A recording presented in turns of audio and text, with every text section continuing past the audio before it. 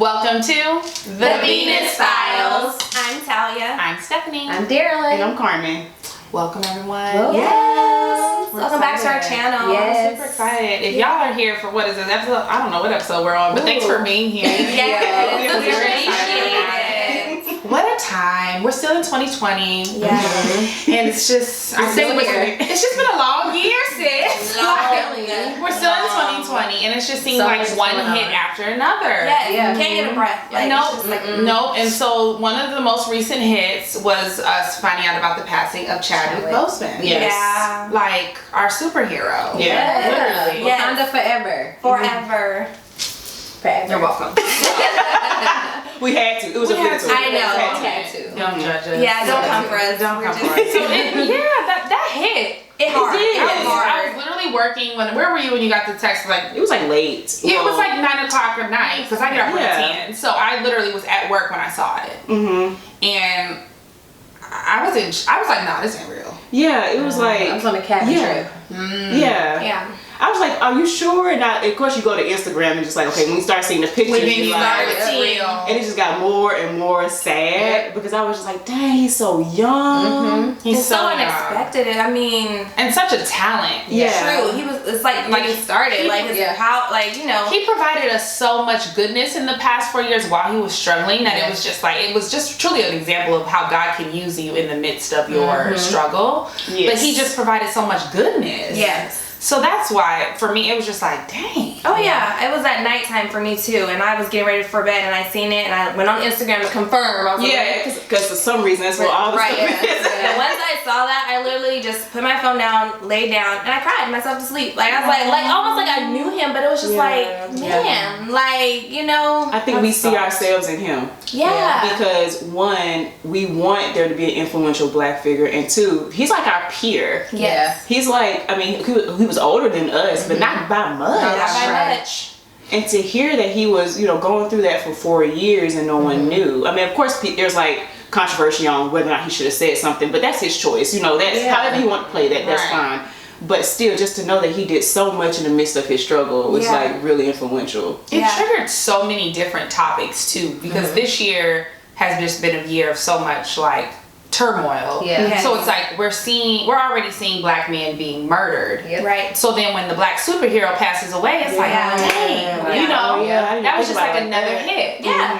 Then it also Even Kobe Bryant too. It started with that. It started like- with when was that? Was that February? January. That was It was January. January. So that we came out the gate. With Yeah, that we was in like, 2020. whoa. Sure. Yeah. So it was a hard hit for so many reasons. But this is kind of off topic, but I'm just gonna bring this up real quick. I noticed how we all went to Instagram to see it, and I appreciate everyone feeling like they need to say something. But for me, it's becoming a little bit of overkill to see trauma and over again on Instagram. Yeah. That's why I get off. Yeah. Yeah, Not that to too. unplug. And then I think I I need read to do that more. I read an article that Vanessa Bryant actually had her and the oldest daughter. They had to like, what is it? They had to make their Instagrams like private because They so made many- it private that day. Yeah, because so many people was tagging them. reposting and showing, and it was just too much. They're trying to work on the process of healing. Yeah, and that comes up on your phone. All Yeah. constant notifications. But I remember when Kobe died that morning, and so interesting I can say his first name like I knew him. When Mr. Bryant passed away,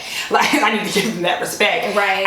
We were literally, I had followed Vanessa before just because before, but a lot of people didn't start to try to follow her until that moment. yeah. So I remember when I got the notification that he passed away, I immediately went to her page. And it was private for us. Some people couldn't see it. And so it's like she did it immediately because she probably already knew like that. knew. And I don't know, I just feel like even with all the deaths that have happened, even with George Floyd, it's like, I didn't even appreciate that they kept showing the video over and over again. It's true, like, rated R movies are rated R for a reason because there's death. So why are the news and social media playing the same thing over and over again? Yeah. It's death. Yeah. Anyway. And it also makes you insensitive to it. Right. Because if you see it so much, you're like, it doesn't normalize it. but also it makes you insensitive to it, because when you see it, you're like, oh well, we already know the outcome, but let me see how it happened. Like, why? Yeah, That's a real. It's not a movie. I actually have never watched it. Me either. I've never watched it. I can't bring myself to do it. No, I don't have any. No, I don't. But I mean, that's neither here nor there. I can't do it. So yeah, the Chadwick Boseman brought up just so many different topics. But one of the things that brought up for us specifically, all being married to these men, is going to the doctor and getting checked out. Absolutely. And it's just such a topic, and it's interesting that we were texting each other and we realized how common it was that these men are not going to the doctor. Right. And not just our husbands, but our fathers, our uncles, like our brothers, any man in your life. What does that look like? Now, I'm not going to throw men under the bus, because some women don't go to the doctor either. Well, one, it's expensive. Oh, that's. I mean, we pay so much for health insurance, but then it's like you can't afford to get sick. Yeah, and if you have a deductible to meet too. Yes, so it's almost like you're scared to go. You're scared to go, and then two, you're like, okay, well, I need to have this insurance for something catastrophic. Yeah.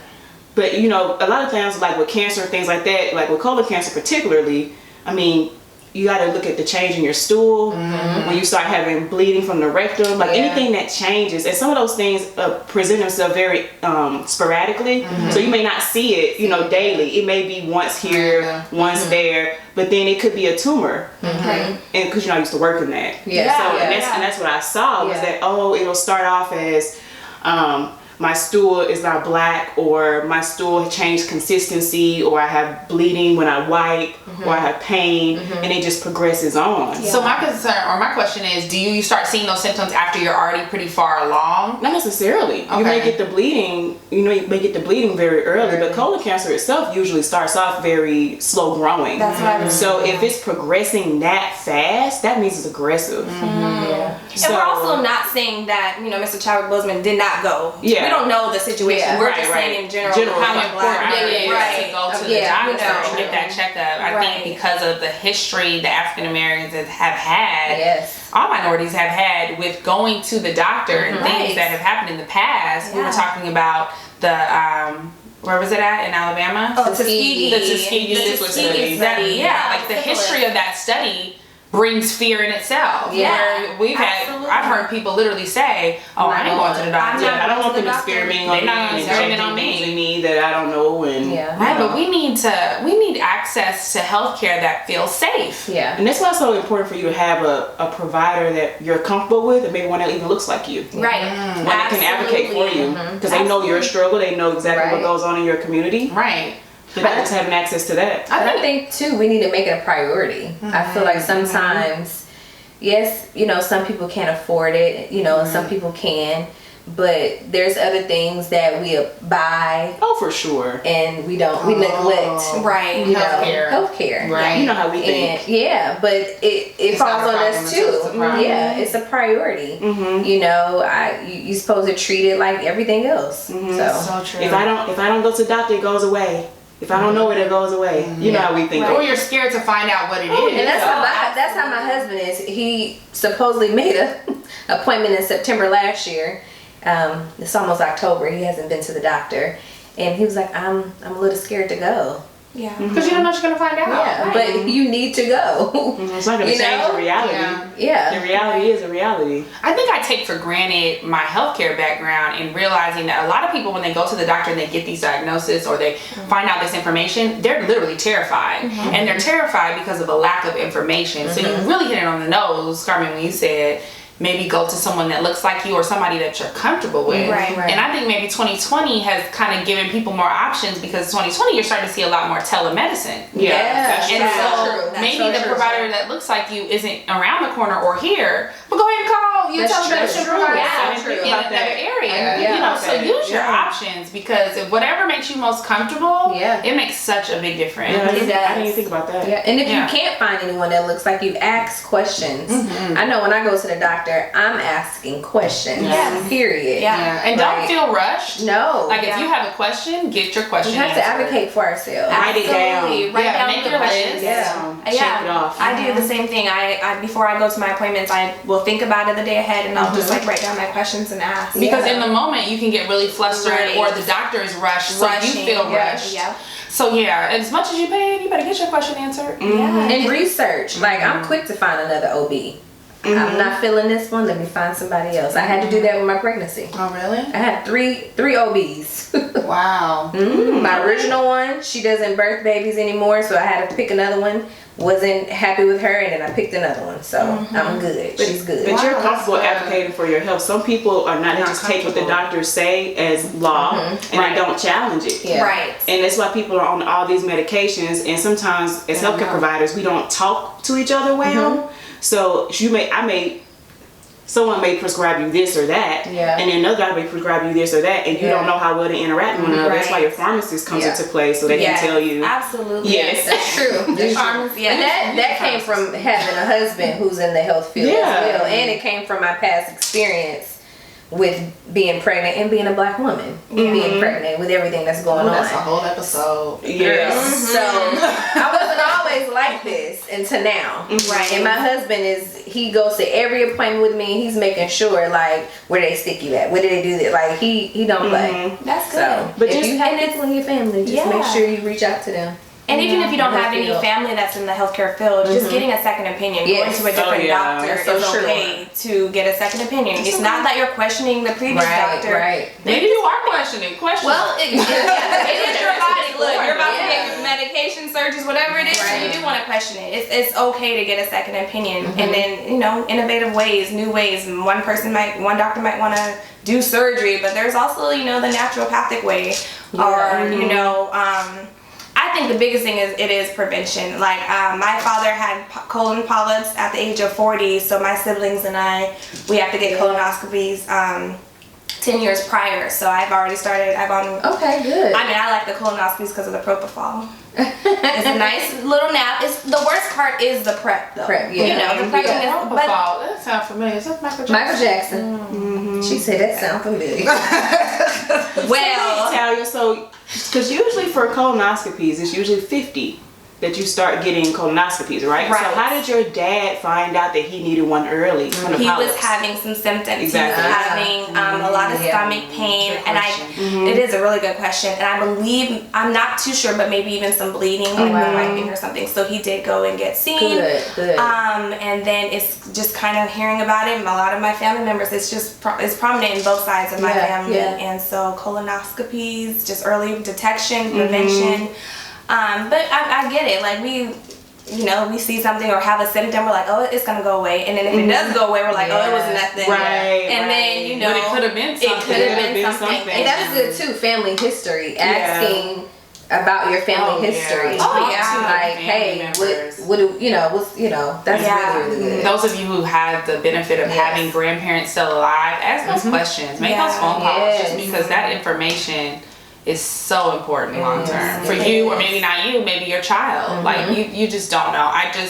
The idea of not having my husband here over something that maybe we could have prevented just terrifies me. I'll never forget that morning when Kobe did pass away. The first thought and the first reason I cried was thinking of Vanessa, because it's like, as with your spouse, you rely on them for so much more than you probably realize. And then your child too. And so then it's like when they're at that time, I didn't even know about John. Oh yeah, I just knew about him. Kobe. Right, that's true. All you heard on the news was Kobe. So the first couple hours, I was just like, oh my God, were the girls with him? That's all I was wondering. But all I thought about initially was the wife and just how much you rely on them. So anything that you so anything that you can do ahead of time, have those life insurance policies. Get that will. Life insurance. Go to the doctor. Like just taking the steps, because tomorrow's not promised. No matter how old you are, how young you are, however you want to say. And a lot of people don't have life insurance. I know. They don't. Like, we just started our wheel.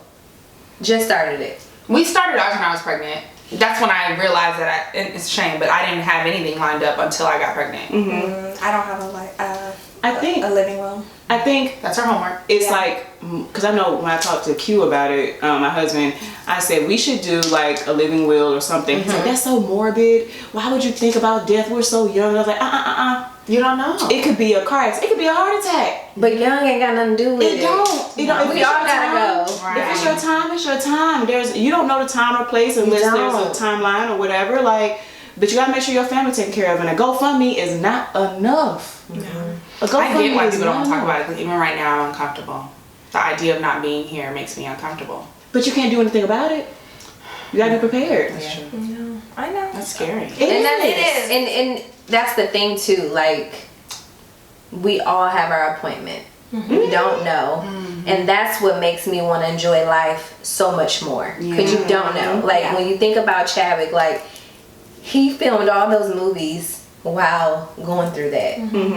You know, and now that he's not here, we're talking about this. We're learning, and now we want to live more. We want to do more because we don't know if we're gonna be here tomorrow. But he did all of that while he was sick. Right. It was no excuse, and that's probably maybe he didn't want to tell nobody. He didn't. He still was gonna do God's work regardless. Yeah. And that's exactly what he did. But at the same time too, we have some tools in place that we need to. Okay, let me get my will. Let me get my life insurance, just to be prepared. Did y'all hear that he? And I don't quote me. This may or may not be true because I don't know. But did y'all hear that he got married in the midst of his diagnosis because he wanted to make sure that that woman that he loved was his wife was taken care of? Yeah. Yep. That's some 6 months like shit. prior to him passing. Yeah. Like he's like, I'm not gonna be here to enjoy it, but I love you. You don't have kids, but I want you to enjoy what I've built. I love that. The covering of a husband. And she married him knowing he was going through that stuff. The covering of a husband. That's all. I love that. Talk about provide. I'm and telling you. protect. And provide and protect. Yeah. That's some sexy-ish. I'm sorry, it is. His whole life. Just his whole life. It's a testimony. Like, I would have never known he was battling with all of that with those movies. Because he provided quality film. I mean, I think FX did like a marathon of all his stuff a while back. I was watching 42. What is the one where he was the lawyer? Marshall. Oh, Marshall. Like, he just was providing 21 quality Bridges, back to back. I didn't see that yet. I got all that stuff to do. Yeah. That's on your playlist. Right, it's on my playlist of things to do. But I'm just thinking about, like, if you know about cancer and chemo and stuff, that's energy. Like, that drains you.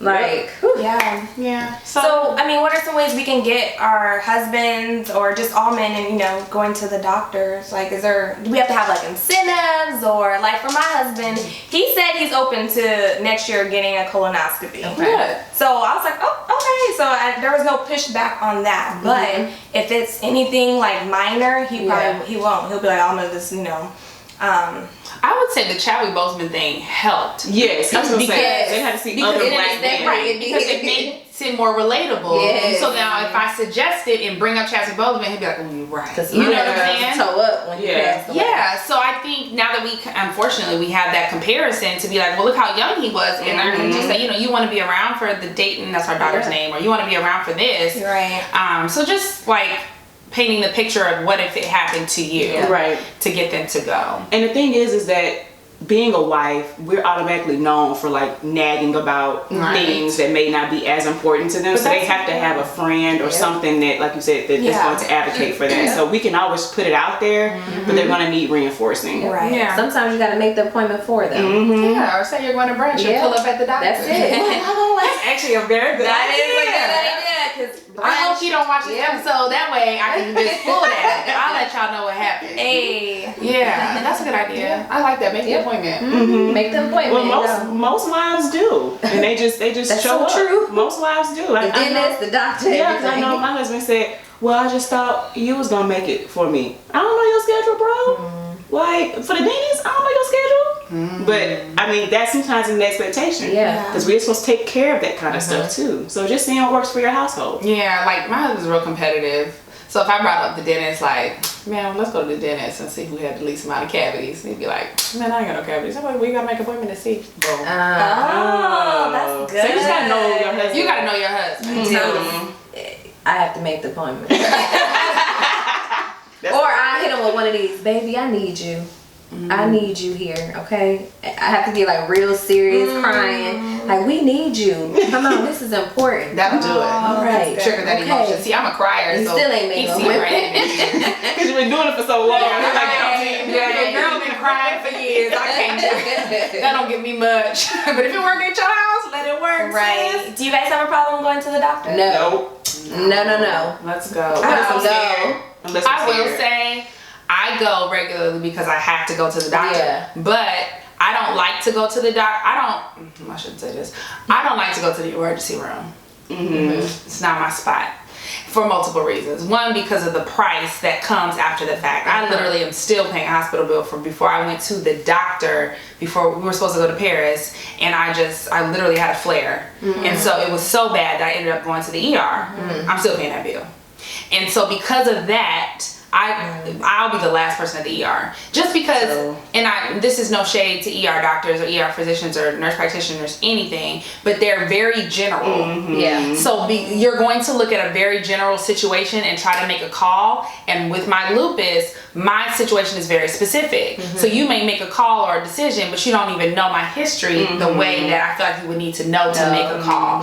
So I always rather go see my specialist before I go to an ER doctor. Number one, because I'm paying all this money and you may not even know what the problem is. That's true. And then it takes forever. Yeah, well, depending on where you go. I will say I've had good experiences where they take me right back. Oh well, is it because of your lupus or? Nah, I just have more lucky hospital. I don't know. I didn't have to wait. Not in Birmingham.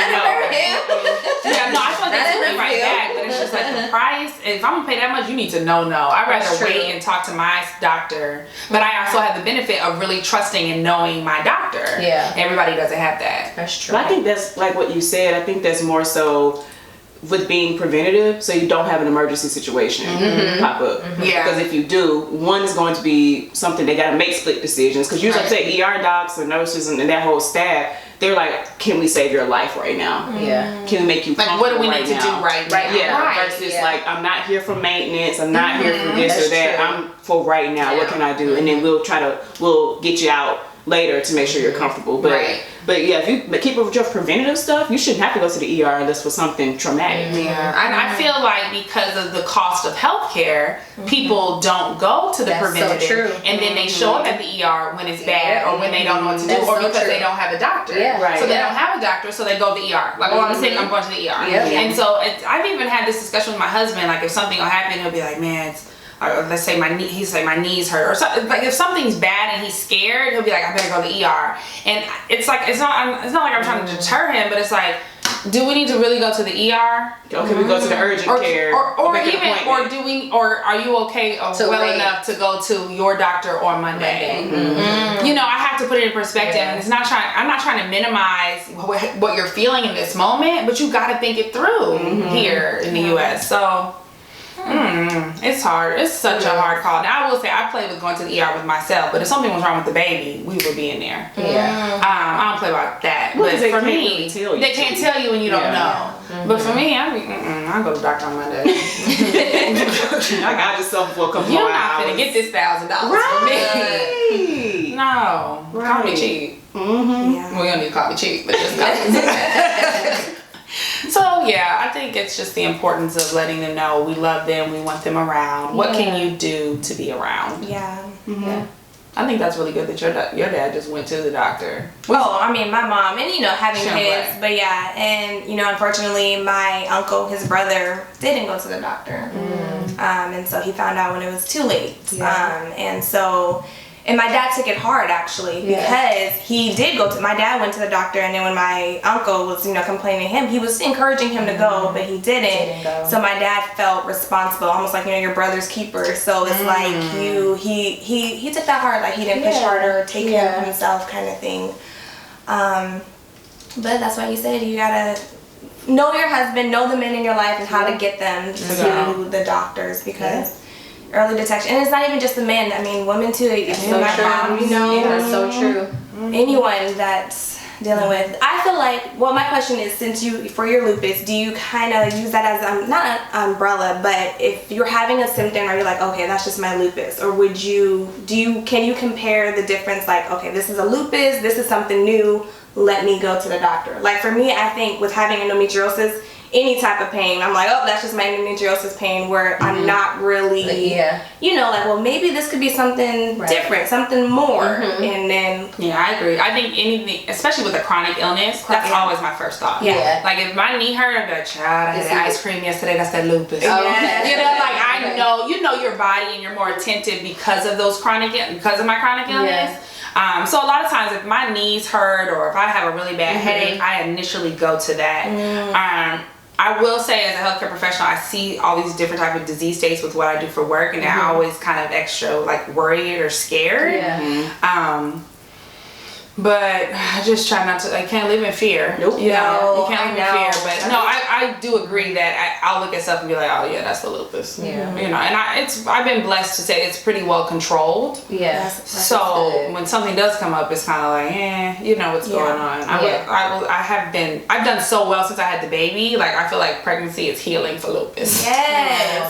Listen. So yeah, it's been a blessing, Yes. but I always say it's the lupus. No, I heard pregnancy, like even for like some of the MS patients that I see, they say they go into remission, you know, when they're pregnant. wow. Yeah, that's what my lupus did. Wow. You just gotta get you knocked up 365 days. No. Call me back. So yeah, I'm glad we had this discussion. Yeah, that really triggered some things. So rest in peace, Chadwick Boseman. Thank you for that. Thank you for your art. Yes. Thank you for the lessons that you so taught us, much. even in your death. And we're just going to try to do better and be better. So we'll see y'all next time. Don't forget to subscribe. Yeah. Like and share. Yeah. When we get passionate, our voices get loud. I know, right? It's like, this is serious. And it's like, Right, yeah. We'll be loud next time. All right, bye guys. Bye.